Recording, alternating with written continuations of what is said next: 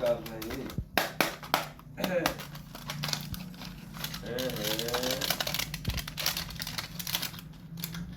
ਇਹ ਡਾਕਟਰ ਬਹੁਤ ਹੀ ਇਹਦੇ ਨਾਲ ਹੈ।